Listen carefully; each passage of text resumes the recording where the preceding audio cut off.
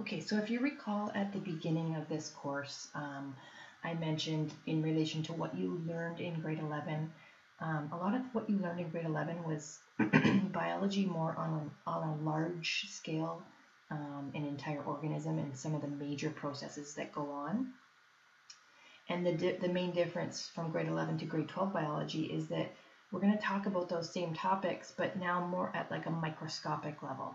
And the term that they use for that type of biology, they call it cell biology. So we're really like zeroing in and zooming in on what's going on inside of the cells in relation to the topics you dealt with in grade 11. So in order to understand what's happening at a cellular level, we have to be familiar with the structure of the cells.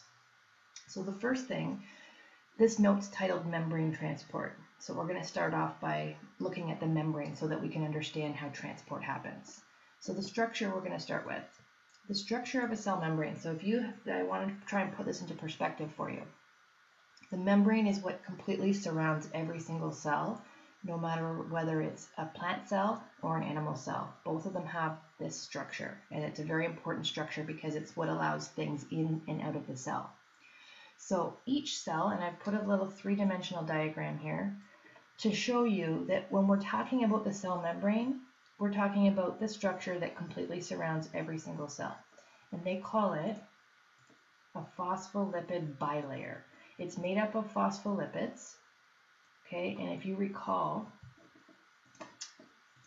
just give you that refresher, each phospholipid, remember, has a phosphate head, and then it had two fatty acid tails. So each phospholipid looks something like this, and if you look at this diagram, you've got a layer of two of these facing their tails together. So each phospholipid bilayer, we just go down to one single structure. The actual layer is composed of two rows of phospholipids with their tails facing each other. Now remember, these tails are fatty acids. They're lipids. And so therefore they are hydrophobic. They do not like water. And if you think of, we have water inside of a cell, we have water outside of a cell. So this is why their tails are facing each other. They're facing away from the water. And the other thing to keep in mind is that this membrane is fairly fluid, so it can kind of move around. It's flexible. Okay, so now if we can take this into perspective, now we're going to zoom in and look at a close-up version of just one section of this layer. Okay, so here's a zoomed in picture of just one section of this phospholipid bilayer that surrounds every single cell. Now this is a very important picture, and you need to be able to be familiar with labeling a diagram if I were to give this to you on a test or quiz. So you might want to print this page out or look for a new diagram online and print it out and put it in your notes. If we look at, so we know that these are each phospholipids, and it represents the plasma membrane. Plasma is just another word for cell membrane. And you just need to be familiar with the components of it. So if we were to picture this being the outside of the cell and this being the inside of the cell below it, what we have are a few things embedded in it. So these big things are proteins, and we're going to see the importance of all of these structures later on. You have proteins in your cell membrane, you have carbohydrates in your cell membrane, and we call, when carbohydrates are attached to a protein, we call it a glycoprotein. There are lipids, okay, that are attached in the membrane. If we have carbohydrates attached to some of these lipids, we call it a glycolipid. And the only other thing that you're going to find in your cell membrane is something called cholesterol. And they play an important role in, I have this written down here, they're embedded in certain spaces to prevent small molecules from passing and fatty acids from forming crystals. So they have an important role in the membrane. All the other ones do as well, but we're going to deal with them in a little bit more detail later on. So what you should be able to do is, if I give you a diagram of this, you should be able to label the different parts. Okay, and you might, I know what I usually get is, how do you know the difference between a glycoprotein and a glycolipid? You don't. So I would never ask you to label both. It could be either or. I would accept either as your answer, because in these diagrams they look the same. Okay. Okay, so now that we know a little bit about the cell structure, we can talk about things that are moving in and out and how they move out, okay? We're going to break this down into two main categories, and I've highlighted them in red. Passive transport versus active. So passive doesn't require any energy. These are types of transport that happen naturally without any input of energy. And so under this heading, so under passive transport, I've labeled them each in purple, A through, I think, C. We have 3. So the first one, I'm hoping you're somewhat familiar with, diffusion and osmosis. I'm going to try and give you the best examples I possibly can. So for diffusion, it's probably the simplest form and probably one you can relate to the most. So in diffusion, molecules travel from an area of high concentration to low concentration. Okay, so let's highlight that. High concentration to low concentration. That's important for diffusion. So if you have molecules of anything that are highly concentrated in one area, their natural desire is to spread out, because all molecules are in motion of some sort. And as they bump into each other, they're going to get further and further apart, and they're going to spread out. So an example, and you probably want, let's add this in here. An example, if you've ever had somebody spray perfume in a room, so they could be in one corner of a room and they can spray perfume or some sort of smelly spray on themselves. Within about 10 minutes, that smell has reached the other side of the room without that person walking there. And that's because that highly concentrated area of where they sprayed it, eventually the desire of those molecules is to spread out from the high concentration that they were in to a low concentration. And that's what transports them across the room. So an example here is perfume being sprayed. Another example, if you think of if you had a glass of water and you put 1 drop of food coloring in and you don't move it, even if you just let that 1 drop of food coloring sit there, over time, that entire glass of water will become colored. And that's another example of, first it's highly concentrated in one area, and eventually the desire is to move to areas that are not concentrated. So food coloring in water. And that's without stirring it. Eventually over time, that's going to happen. Okay, so there's diffusion. Osmosis is similar, okay, except there's a key difference, and I'm going to highlight that key difference. We still have molecules moving from an area of high concentration to low concentration, but in this example, or in this case, osmosis, it's only water that moves from an area of high concentration to low concentration. Okay, and so this one is the most often confused example in osmosis. People confuse this the most. So here's a visual we can try and look through. If we have a beaker, okay, and on one side of the beaker we have dilute sugar dissolved in water. So we have sugar dissolved in water on both sides of this membrane. So we have a membrane separating the beaker in half. On one side we have sugar molecules, but not that much, so it's a lower concentration. On the other side we have a high concentration of sugar and water. Okay, what happens in osmosis is it's only water that moves.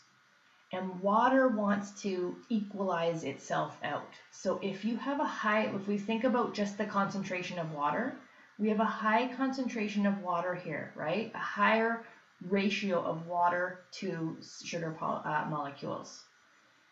The whole entire point of osmosis is it wants to equalize this out by water movement. So on this side, we have a lower ratio of water to sugar, right? We have more sugar molecules on this side. So water's desire is to equalize this out, and it's only through the movement of water. So water's going to want to go through this membrane to make the concentration of this side equal to this side. And so that's what happens. Water will move through the membrane and it will equalize out the concentration. So the key difference is we do have a movement of from high concentration to low concentration, but osmosis is only the movement of water. Here, for diffusion, it can be the movement of anything, any particle, any liquid, any solids. Here, for osmosis, it's only the movement of water, and the desire is that water is going to move in order to equalize out the concentrations on both sides of some sort of membrane. So you might be asking yourself, how is this important to cells? So why is the movement of water important? So in cells, and I'm going to give you 3 different examples, these terms are important as well. I'm going to define these terms in a minute, but I want to tell you these are terms you need to know.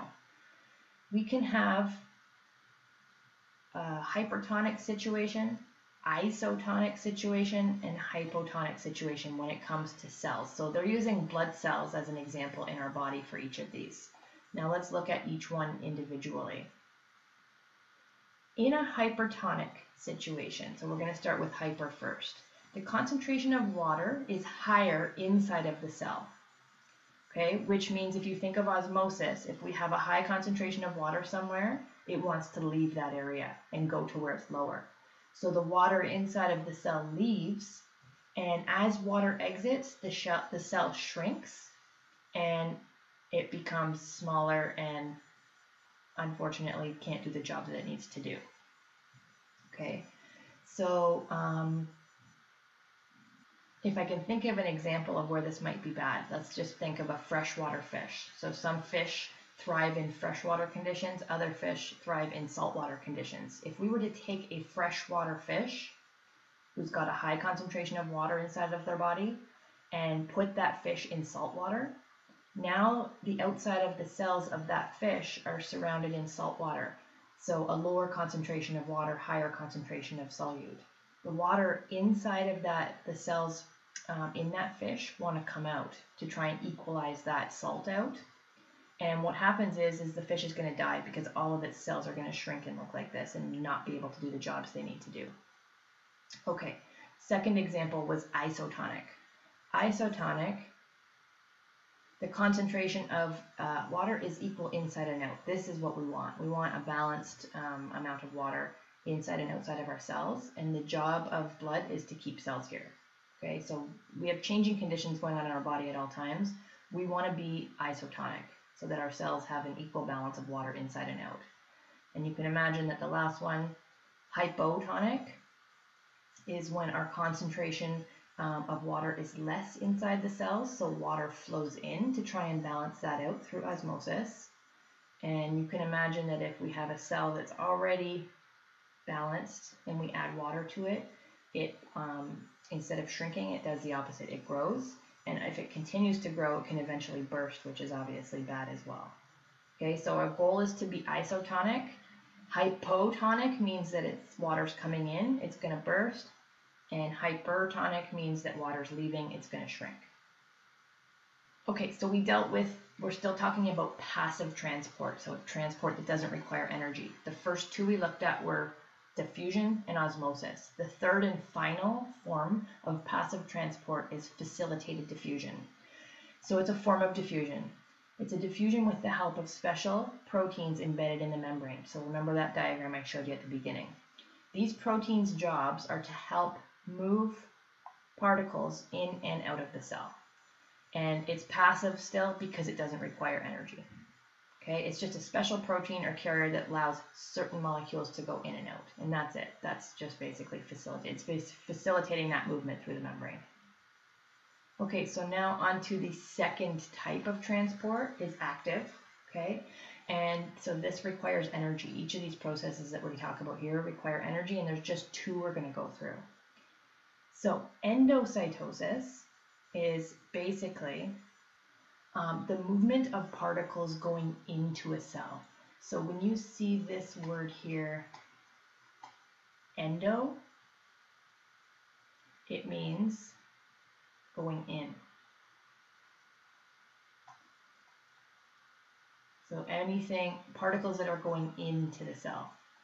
And there are 3 different types that you're going to see. There's something called phagocytosis, pinocytosis, and then receptor mediated. Okay, phago is solid particles. Okay, so this is just when solids go inside of the cell. Basically, the cell membrane surrounds that particle and then it pinches it off inside. Same thing happens with liquids. So PINO, let's just add that in here. We're talking about liquids going in.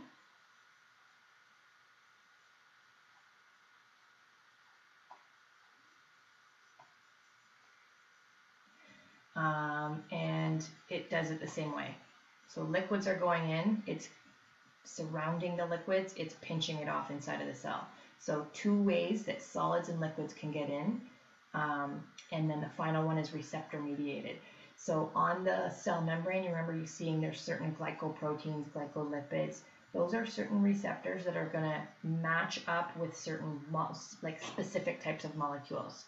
And those are going to come in the exact same way. So the process is the same. The cell membrane surrounds it, it pulls it in, pinches it off, and now it's inside of the cell. Okay, so endo meaning in, phago meaning solid, PINO meaning liquids, receptor meaning specific to certain types of molecules. And then the opposite of that is exocytosis. So this means movement going from the inside out, or exiting, moving out of the cell.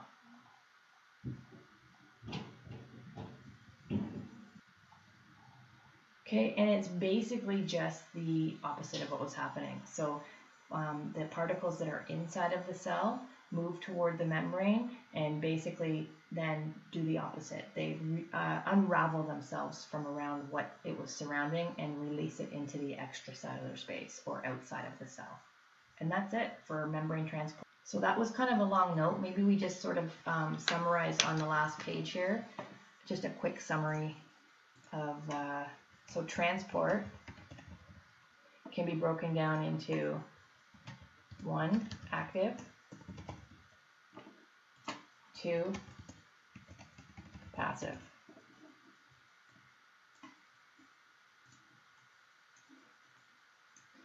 Passive can be diffusion,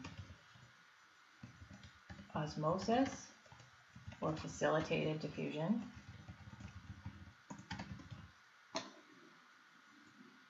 And active can be broken down into endocytosis, moving into the cell, and exocytosis, moving out of the cell. So there's just a short summary of what we just covered. Now, this, I believe, is the last note for this unit. And I've just been giving you videos so far. What I plan to do once I've reached the last note in each unit is to save PDFs of each of the notes, so just hard copies of all the videos that you guys have watched, so that when you review for your test, you can just go back to a paper copy and look. And if you find there's an area in there that you're stuck on, then you can go back to my video and listen to me trying to explain it as well. But I think just for studying purposes, rather than having to go back and watch every single video, maybe focus on the paper copies, figure out where you need to review based on our quizzes that we've done, and then go back to any video specifically that you want to look at. Okay, so in the review section, under content, I will be posting PDFs of each of these notes.